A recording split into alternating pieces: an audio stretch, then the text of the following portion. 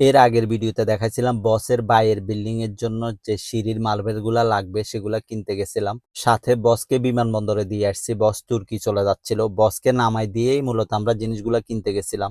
So ওই দিন আরো জিনিস কিনছিলাম, এক ভিডিওতে সবগুলা দেখানো সম্ভব না। ইনশাল্লাহ আজকে বাকিগুলা দেখানোর চেষ্টা করব। আসসালামু আলাইকুম রহমতুল্লাহ। আজকে কিন্তু আমি বসের গাড়ি নিয়ে যাইনি, বসের বাইফোর গাড়ি নিয়ে গেছি। সেই ক্ষেত্রে গাড়িটা আমাকে কেয়ারফুলি চালানো লাগতেছে, বিশেষ করে পার্কিং এর ক্ষেত্রে একটু কেয়ারফুলি থাকা লাগে। সৌদি আরবে এই একটা জিনিস আমার কাছে একটু রিস্ক লাগে, যেন আপনি পার্কিং এ গাড়ি রেখে গেলে ভুলে অনেক সময় গাড়ি পার্কিং এ থাকা অবস্থায় অন্যজন এসে ঘষে দেয় বা লাগাই দেয়। আবার কেউ অনেক তাড়াহুড়ার মধ্যে থাকে তখনও লাগাই দেয়। গাড়িতে লাগিয়ে চলে গেলে আপনিও টের পাবেন না। আর যদি পার্কিং এ ক্যামেরা না থাকে তাহলে তো জানাই যাবে না। আর এখানে সমস্যাটা হচ্ছে কি, এমনি সবাই বলে যে সৌদি আরবে হালাল হারাম অনেক মেনে চলে, কিন্তু কিছু বিষয় আসলে ওরা মানতে চায় না, মানে না। অনেকজন আছে যে এরকম লাগাই দিয়ে কিছু বলে না, নিজে এমনি আরো গরম দেখায় চলে যায়।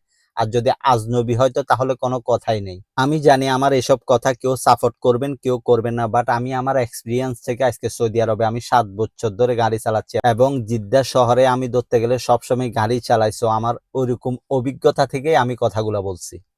যাক, এখন আসি কাজের মধ্যে। এর আগে বিল্ডিং এর জন্য তো কারেন্টের অনেক জিনিস নিয়ে গেছি, বাট কিছু জিনিস শর্ট পড়ে গেছে।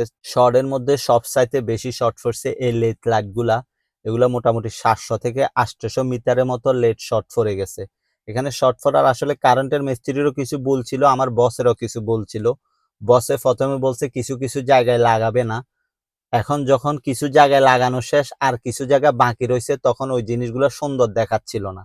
সো বসে পরে বললো ওগুলা সহ নিয়ে আসো, একসাথে সবগুলা লাগাই ফেলবো।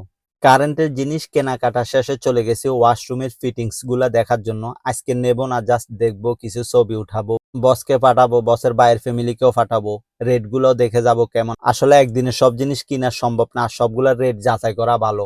বিল্ডিং অনেক বড়, অনেকগুলো জিনিস লাগবে। মূলত বিল্ডিংটা বানানো হচ্ছে ভাড়া দেওয়ার জন্য, ওনারা থাকবে না। সো ভাড়া দেওয়ার বিল্ডিং ওইভাবেই প্রস্তুত করা লাগবে। যদি নিজেরা থাকতো তাহলে কিছু জিনিস আছে যেগুলো প্রয়োজনের সাথে সাথে সৌন্দর্যটা দেখা লাগতো। বাট এখন এটা ভাড়া দিবে যখন, এটা সৌন্দর্য থেকে প্রয়োজনটা হচ্ছে যে জরুরি, এবং জিনিসগুলা লাগাইতে হবে ভালো মানের, যাতে অনেক দিন ধরে লাস্টিং করে। আজকে সারাদিনে অনেক ধরনের কাজ হয়েছে, সেই সকালে বাসা থেকে বের হয়েছি, এখনো বাসায় যাইতে পারি না, সূর্য প্রায় ডুবু ডুবু অবস্থা। আজকের জন্য এতটুকু, আজকে এখানেই শেষ করব। সবাই ভালো থাকবেন, সুস্থ থাকবেন। আসসালামু আলাইকুম।